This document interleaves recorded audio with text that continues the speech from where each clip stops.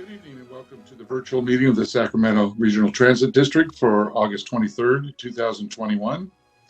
And with that, Clerk, would you please call the roll? I sure will. Director Budge? Here. Director Harris? Here. Director Howell? Here. Director Hume? Here. Director Jennings? Here. Director Kennedy? Here. Director Natoli? Here. Director Chenier? Director Cerna? Here. Director Valenzuela? Here. And I'm going to go back to Director Chenier. He's absent. And Chair Miller. Here. Okay.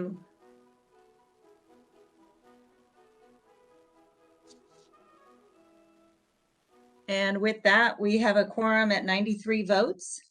And this meeting of the Sacramento Regional Transit District will be cablecast on Metro Cable 14, the local government affairs channel on Comcast, Consolidated Communications, and AT&T Uverse.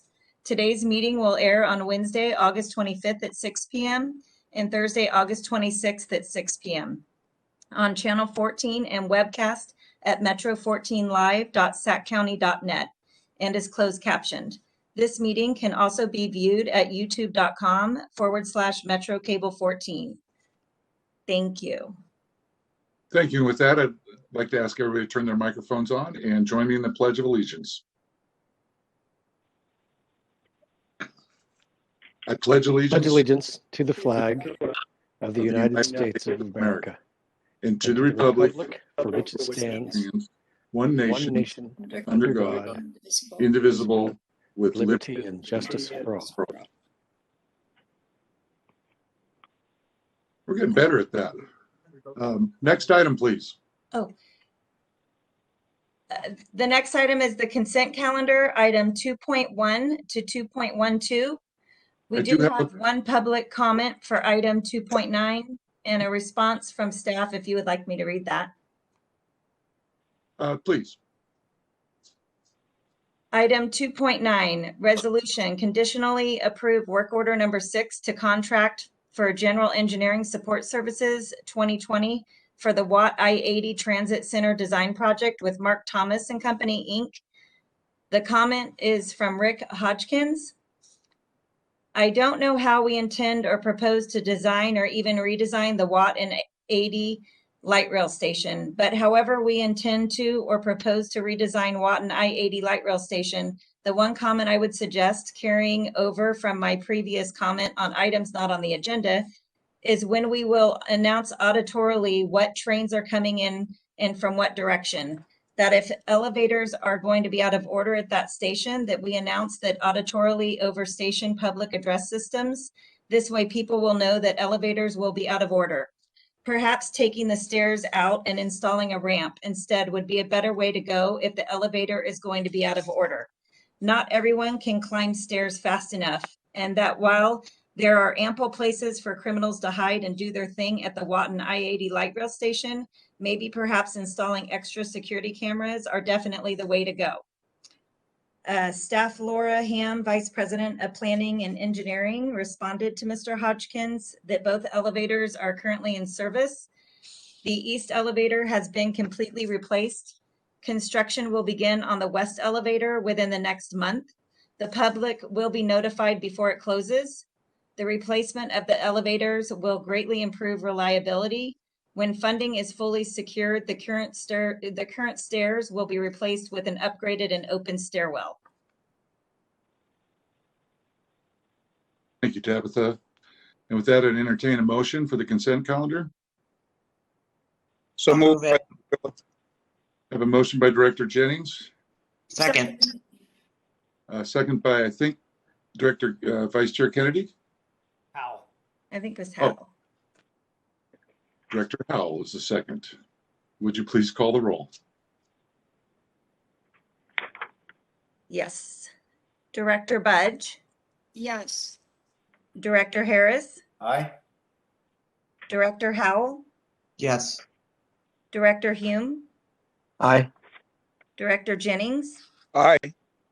Director Kennedy, Aye. Director Natoli, Aye. Director Chenier, Director Cerna, Aye. Director Valenzuela, Yes. and Chair Miller. Chair Miller, did you say aye? Yeah. Yes, okay. Okay, the consent calendar passes at 100 votes. Very good. Next item, please. Okay, the next item is public addresses the board on matters not on the agenda. I have 2 public comments for items not on the agenda and 1 response from staff, if you would like me to read them now. Please. Okay, the first public comment is from Charlotte Bergheimer. Dear SAC-RT board members and staff, I am writing today to let you know about my personal experience trying to connect to SAC-RT from the Capitol Corridor Amtrak service. Over the last few months, the schedules have not aligned, and I've repeatedly walked from the Amtrak train to either the bus Route 30 or light rail only to see them pulling away. No matter how quickly I try to get off the train and walk to the bus, I cannot seem to catch it. This weekend, I saw someone from my train run up to the light rail car and repeatedly push the door button without it opening, and then it just pulled away without letting them on. Is there any way to better align the schedule so that riders can more easily transfer from Amtrak to SAC-RT? It seems like a simple step to better connect with the Bay Area and other cities in the region. I love taking public transit and I rely on service for school and work. Thank you for your time today. And staff will be responding to Ms. Bergheimer.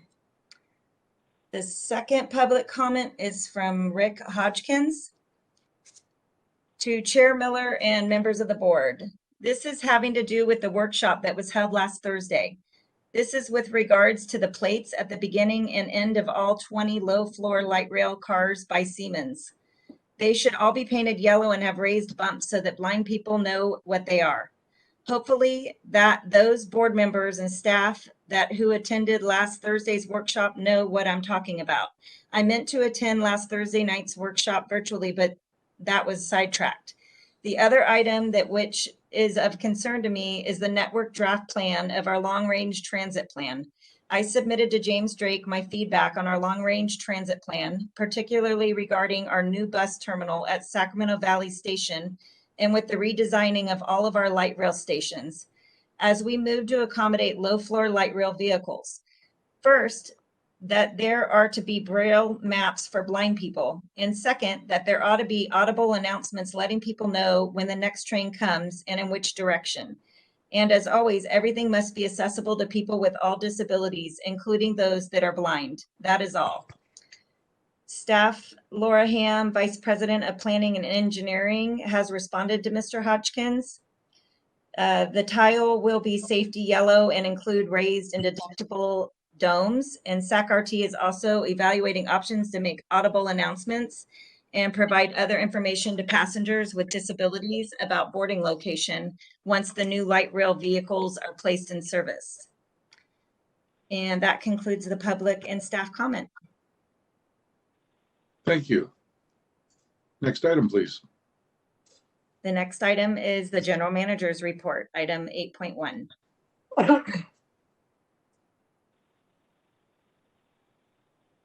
Hi. Hey, good evening, Chair Mina, members of the board and the public. Can you guys hear me? I have some issue with my WebEx. Sounded good, Henry. Okay, thanks. With the rise in COVID cases in our region, and we are again reminded about the need to take necessary safeguards to protect and prevent the spread of COVID. Last week, the TSA extended the face masks requirements for public transportation to January 18th to next year. And as a reminder, SAC-RT continues to provide free transit to and from vaccine sites in our community in the hopes of increasing vaccine rates. Unfortunately, we were informed over the weekend that an unvaccinated employee who had been out for a few months passed away from COVID. It is an important reminder that we must take this virus extremely serious, and those who are vaccinated are far less likely to be hospitalized. Please join me in a moment of silence in remembrance of our team member who just passed away.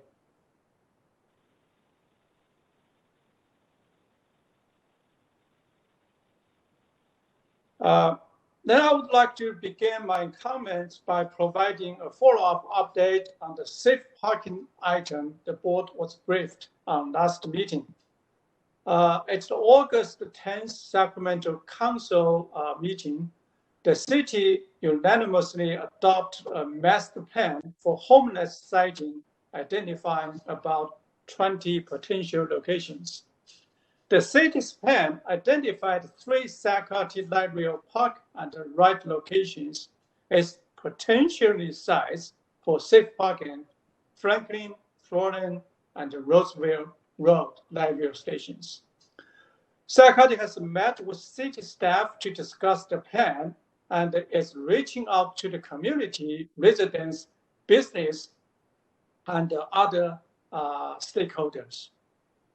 We know this will be a process as the board, as well as federal and state regulators, will have to approve any plan that involves Sacramento properties.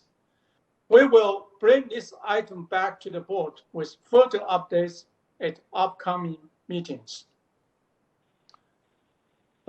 Next, I would like to update the board and alert the public on an opportunity to provide feedback on Sacramento service plans. Our planning department has begun work on Sacramento on the Move, our proposed short-range transit plan that will make service recommendations for the next 5 years. As you know, in September 2019, Sacramento implemented major changes to the bus network with the Sacramento Forward project.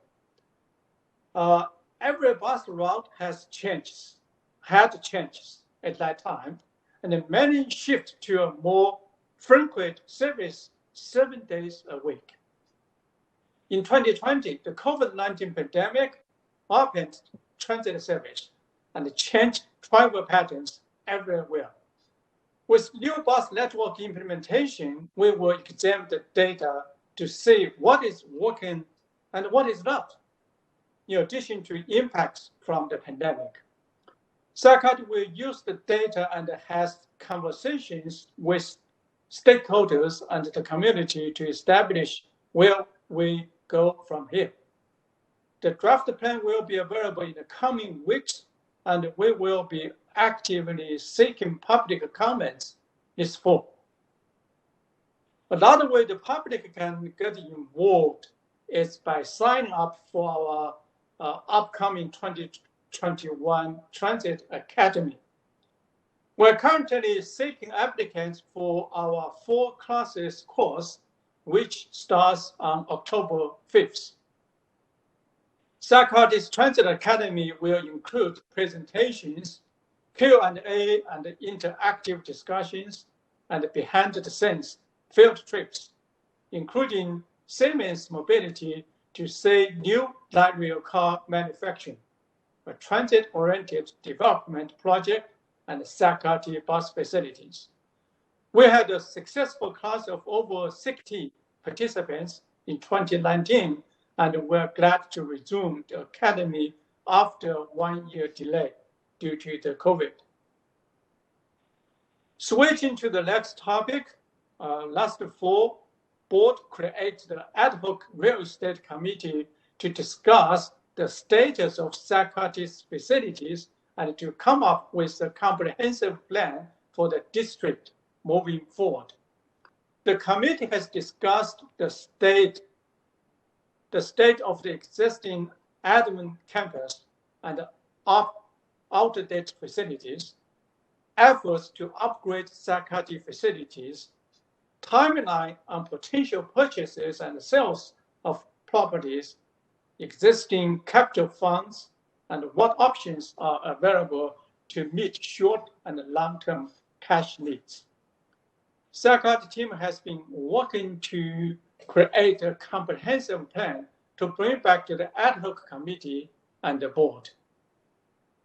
We have brought on brokers to help us with our Adam campus search, as well as future bus and rail facility search.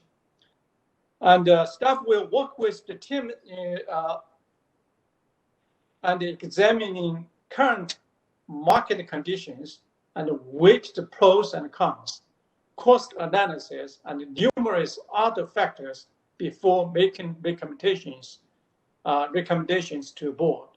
Some of those include admin building upgrade or purchases, sales, and or lease, bus operation and maintenance facility expansions and decentralizations, zero-emission vehicle multi-fuel infrastructures, light rail operation and maintenance expansions and decentralizations, other safety and operational needs, and a financial plan. We hope to have a report back to the board in the coming month. This weekend, we will also expand bus service to better meet the needs of our community. These new services or improvements include a new Route 122 peak hour bus service from Fair Oaks and Orangeville to Rancho Cordova, which with connections to the Gold Line Sunrise Station. The new route will also connect to offices in Rancho Cordova near City Hall, Kaiser Hospital, and the VA Medical Center. Sacramento is also restoring the Airport Express bus route 142 between downtown Sacramento and the Sacramento International Airport. The service will operate with all new zero-emission electric battery-powered buses and will be available every 30 minutes, 7 days a week. The 3 new zero-emission buses we just purchased and delivered to us a couple weeks ago. We will be hosting a celebration event at our bus yard on Friday, August 27th at 10 a.m. And I hope all of you will be able to join us. And I think the invitations has been or will send to the board and the key stakeholders very soon. Congresswoman Matsui is expected to attend this event, then visit some facilities in our, in the district. In the final facility news, on August 30th, this Sunday, Sacramento will officially open our Morrison Creek Light Rail Station along the Blue Line, which is under the requirement of FTA to officially close out this project. The project has been for more than a decade now. The station construction was initially deferred during the 2015 Blue Line extension or expansion to CRC in anticipation of surrounding development. The opening of this station signifies a major mobility project that will help eliminate barriers to opportunity by providing much needed connectivity and transit service in an area that has been traditionally under-resourced. It also demonstrates Sacramento's ability to progress transit investment in developing areas, supporting the Sacramento region's blueprint principles by turning transit service to need housing and promoting patterns of smart growth. The nearby Stone Bitland mixed-use transit village is anticipated to be a dynamic and active center of the community, with the Morrison Creek Station anchoring the eastern edge. The new station is a unique and innovative station, including convenient bicycle and light pedestrian access. Because of the future public access road is still under development, and Sac County will be demonstrating the use of electric golf-style cars, which you just saw, as part of its innovative service fleet. The golf-style car service will operate during scheduled light rail service hours 7 days a week. Customers will have the ability to board the freight service at the station gateway located at the south end of Ann Arbor Way via Detroit Boulevard, and be driving approximately 1,000 feet to and from the Morrison Creek Station. With the opening of the new station, Sac County will officially serve 53 light rail stations within its 440 square mile service area, which includes service in the cities of Sacramento, Central Skies, Elk Grove, Folsom, Rancho Cordova, and Sacramento County. This very much concludes my report, and I would be glad to answer any questions you might have. Thank you, Henry. Good report. Any questions? Well, was that good, Henry? Thank you. Thank you. And with that, we can move on to the next item. Tabitha? All right, thank you. And before we move on to the next item, I would like to just make a note of correction for the record. I initially stated the roll call at a quorum of 93, but it is a quorum of 100. Duly noted. And the next item, reports, ideas, and questions from directors, if any. Well, sounds like we can move on to the next item. That's all we have. Great. Well, I apologize for the length of the meeting. I appreciate everybody's patience. I'll try and make them longer next time. We are adjourned. Thank you, everyone, for your time. Thank Thank Didn't you. quite break the record, Chair, but